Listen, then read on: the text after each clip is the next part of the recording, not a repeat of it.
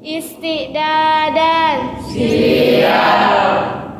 Kiaman. Salaman. Assalamualaikum warahmatullahi wabarakatuh. Waalaikumsalam warahmatullahi wabarakatuh. Julusan. Sebelum memulai pelajaran, mari bersama-sama membaca doa. Doa dimulai. A'udzubillahiminasyaitonirrajim. Bismillahirrahmanirrahim. Alhamdulillahirabbil alamin. Ar-Rahmanirrahim. Maliki yaumiddin. Iyyaka na'budu wa iyyaka nasta'in. Ihdinas siratal mustaqim. Siratal ladzina an'amta 'alaihim ghairil maghdubi 'alaihim waladdallin. Rabbi zidni ilman warzuqni fahman. Ya Allah, tambahkanlah ilmuku dan berilah aku pemahaman yang benar. Amin ya rabbal alamin. Amin ya rabbal alamin. Assalamualaikum warahmatullahi wabarakatuh. Waalaikumsalam warahmatullahi wabarakatuh. Apa kabarnya hari ini anak-anakku yang soleh dan solehah? Alhamdulillah, luar biasa. Tetap semangat. Allahu Akbar. Kita bangun semangat dulu ya. Atira. Anggun, unggul, cerdas. Sekali lagi, Atira. Anggun, unggul, cerdas. Insya Allah kita akan selalu menjadi anak-anak yang anggun, unggul, cerdas sesuai dengan harapan kita, harapan seluruh warga sekolah dan harapan orang tua kita tentunya. Ya baik anak-anakku, sebelum kita memulai pembelajaran hari ini di hari Kamis tanggal 7 Oktober 2021, Ibu akan cek kehadirannya ya. Perhatikan namanya baik-baik, tolong disimak ya baik-baik. Aliana Firtiah, Anissa Nabila, Hasila,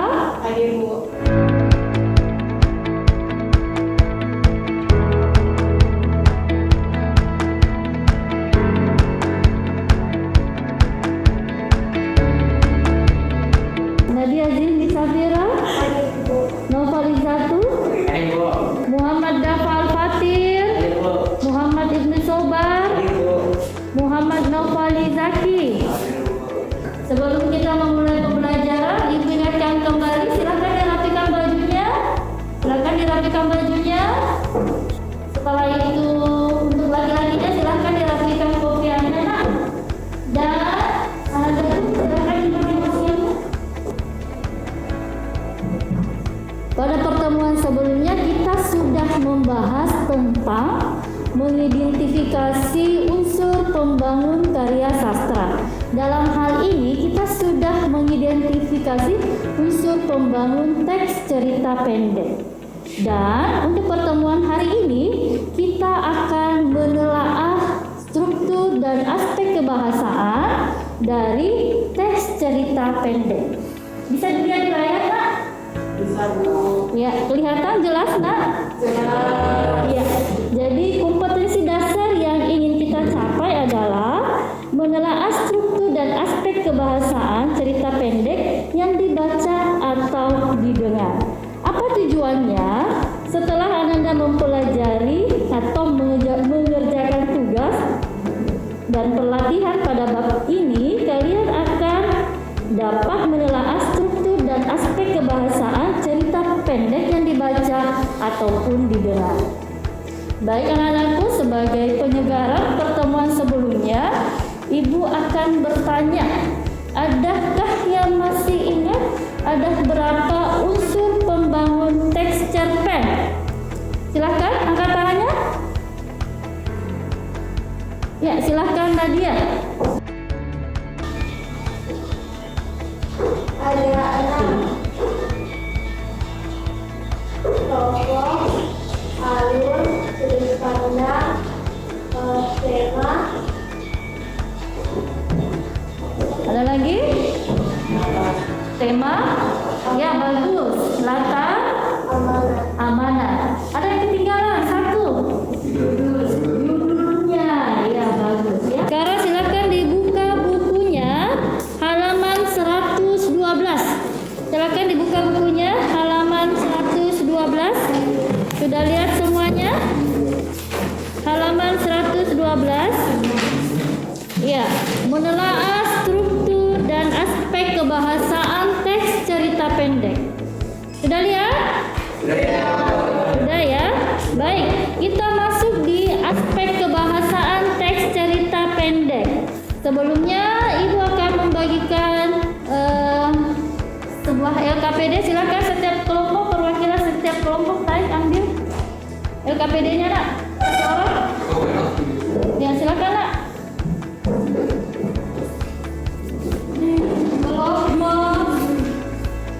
Kelompok 1, kelompok 2, kelompok 3, dan kelompok 4. Ya, silakan dibagi. Ayo Nak, dibagi cepat Nak, dibagi LKPD-nya. Jadi sambil kalian melihat LKPD-nya, ada teks cerpen dan juga ada di LKPD teks cerpen, tangga nada violina. Jadi sambil Ibu membahas materi ini dulu sebentar, setelah itu kita hubungkan dengan cerpen tangga nada violina. Pertama, siapa yang ingin menyebutkan yang pertama? Silakan. Aspek kebahasaan teks cerita pendek. Ya, silakan Nak. Penggunaan diksi yang mengungkapkan ekspresi. Ya, betul. Ekspresi atau perasaan Nak bisa diungkapkan secara langsung atau secara tidak langsung. Kalau langsung disebut dengan tersurat dan secara tidak langsung disebut dengan tunjuk. Contohnya apa, Nak? Contohnya adalah, aku sibuk menata hatiku sendiri. B. Aku menunduk lebih cepat dari kilat cahaya yang keluar dari matanya. Contoh yang pertama, aku sibuk menata hatiku sendiri. Berarti ini disampaikan secara tersirat. Kira-kira apa maksudnya kata-kata gitu? Cemas. Ada yang bilang cemas. Bingung. Ragu. Gusar. Bimbang. Ya, jadi yang betul adalah cemas, ya. Jadi aku sibuk menata hatiku sendiri. Berarti dia sedang cemas. Contoh yang kedua tadi disampaikan. Kira-kira apa makna dari kalimat yang kedua tadi? Malu. Ya, bagus ya. Malu. Selanjutnya, untuk aspek kebahasaan yang kedua, silakan angkat tangannya. Siapa yang bisa aspek kebahasaan yang kedua, sebutkan Nak, dari kelompok 1. Majas atau gaya bahasa. Gaya bahasa adalah pemilihan kata atau kalimat yang digunakan penulis untuk mengungkapkan suatu maksud. Artinya, setiap pengarang memiliki gaya bahasa yang berbeda-beda. Gaya bahasa berkaitan dengan cara penulis menggunakan bahasa, memilih kata dan merangkai kalimat untuk mengungkapkan gagasan dalam cerita secara lisan atau tulisan. Ya, terima kasih Ananda Novel. Jadi aspek kebahasaan yang kedua adalah penggunaan diksi atau gaya bahasa. Misalnya, tadi sudah disebutkan ya, penggunaan gaya bahasa atau pemilihan kata. Siapa lagi yang sering di stand up comedy itu sebagai pemilihan? Raditya Dika. Ya, jadi ada perbedaan pemilihan kata kata atau diksi antara Andrea Jeraka dengan Raditya Dika. Sekarang kita masuk ke aspek kebahasaan yang ketiga, penggunaan kalimat narasi, deskripsi, dan dialog. Perhatikan LKPD-nya, nah, ada teks cerpen yang berjudul Tangga Nada Violina. Ibu kasih kesempatan kalian membaca dalam hati selama 7 menit. Setelah itu kita akan membahas mulai dari aspek kebahasaan dan beberapa pertanyaan di dalam LKPD tersebut. Sifatnya mandiri.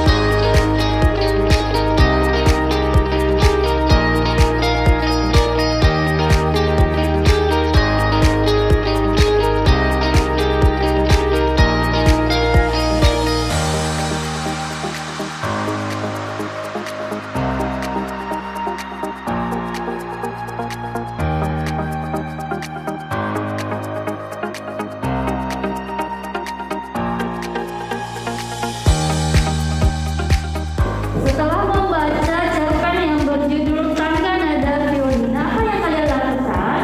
Yang pertama adalah, dengarkan baik-baik ya. Yang pertama adalah kalian akan menelaah struktur dan aspek kebahasaan dari teks cerpen yang berjudul Tangga Nada Violina. Silakan Asila untuk menjawab aspek kebahasaan yang pertama. Jika musikku terbata-bata dan nada-nada tengah suara, dan pun berhenti bergerak, nafasku pun tak bernafas.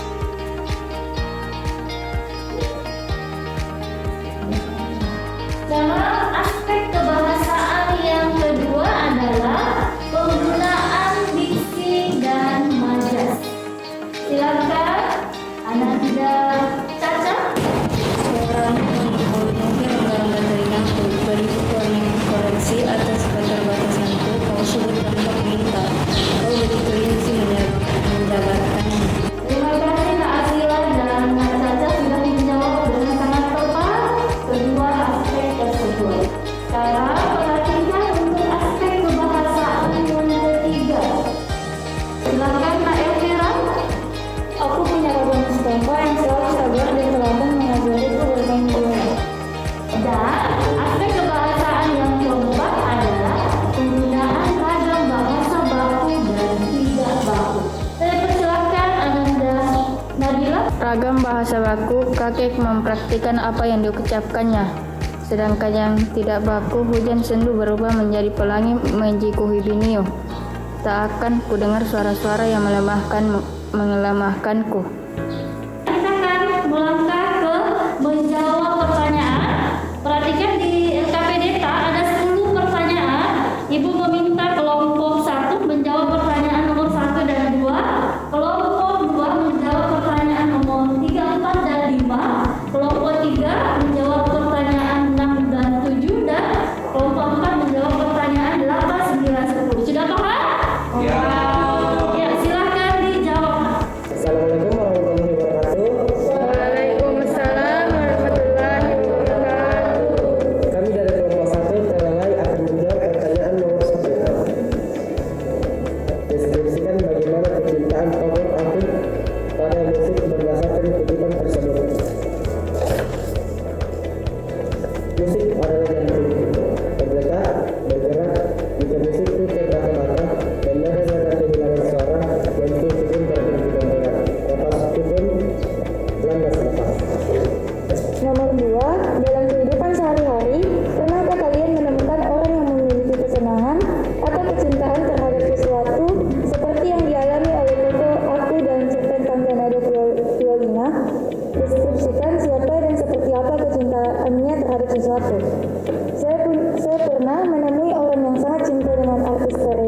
Sampai-sampai kecintaannya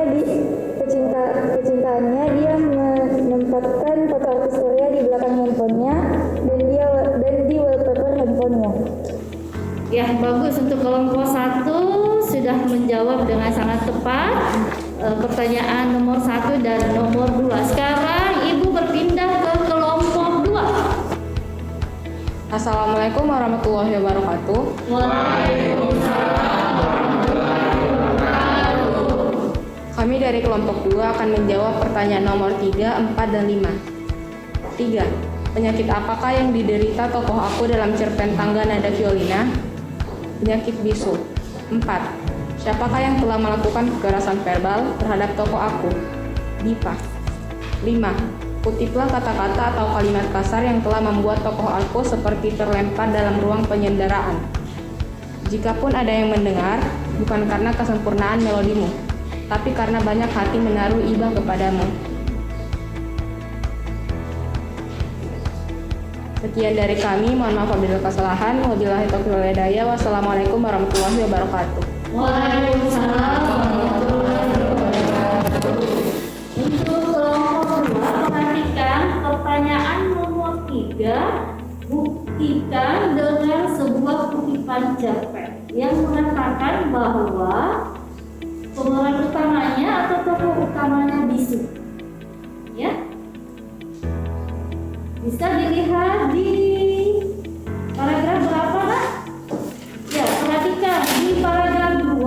Aku terlahir di dunia meski dengan pita suara yang tak bisa bekerja seperti yang lainnya. Lalu mengapa? Jadi kalimat ini disampaikan secara tersirat, artinya tidak langsung mengatakan bahwa tokoh utama itu dalam keadaan bisu. Selanjutnya Ibu persilahkan kelompok 3. Assalamualaikum warahmatullahi wabarakatuh. Perkenalkan, kami dari kelompok 3 akan menjawab pertanyaan nomor 6 dan nomor 7. Pertanyaan nomor 6, siapakah yang melakukan kekerasan fisik dengan merusak biola milik tokoh aku pada kutipan di atas? Jawabannya Diva. Nomor 7, pernahkah kalian menemukan orang yang memiliki perilaku kasar seperti tokoh dalam kutipan di atas? Ceritakan jika jawabanmu pernah. Jawaban saya adalah tidak pernah. Sekian dari kelompok 3. Mohon maaf bila ada kesalahan kata. Wabillahi taufiq wal hidayah. Assalamualaikum warahmatullahi wabarakatuh. Waalaikumsalam warahmatullahi wabarakatuh. Perhatikanlah untuk kelompok 3, kalau kalian tidak pernah menemukan, itu tetap disertai dengan alasannya, ya. Baik, terima kasih untuk kelompok 3. Sekarang Ibu beralih ke kelompok 4. Assalamualaikum warahmatullahi wabarakatuh. Waalaikumsalam warahmatullahi wabarakatuh. Kami dari kelompok 4 akan menjawab pertanyaan nomor 8, 9, dan 10. Nomor 8, bagaimana tokoh aku mengatasi kekerasan verbal dan fisik yang bertujuan untuk melemahkan semangatnya? Ceritakan dengan kalimat-kalimatmu sendiri. Jawaban saya, karena tanggung jika dihentikan. Kakek juga pasti tak suka jika langkahku terhenti. Nomor 9, tokoh aku akhirnya berhasil menggapai cita-citanya dan berhasil mengatasi permasalahan kekerasan atau bullying yang dilakukan oleh temannya sendiri. Pesan apakah yang ingin disampaikan pengarang kepada pembaca melalui cerpen Tangga Nada Violina? Jawabannya, jangan membuli orang karena kita tidak tahu apa yang sedang mereka alami. Nomor 10, jumlah anak sebagai pelaku kekerasan atau bullying di sekolah mengalami kenaikan dari 67 kasus pada masa 2014 menjadi 79 kasus di 2015. Setujukah kalian dengan perilaku anak-anak yang melakukan kekerasan terhadap teman sebayanya? Berikan alasan terhadap jawaban kalian. Tidak, karena mereka akan mengalami trauma atau gangguan kesehatan mental. Sekian jawaban saya. Wassalamualaikum warahmatullahi wabarakatuh. Waalaikumsalam warahmatullahi wabarakatuh. Jadi untuk pertanyaan nomor 8, 9, 10 sudah dijawab sangat bagus. Sudah benar jawaban dari kelompok 4. Ini jawabannya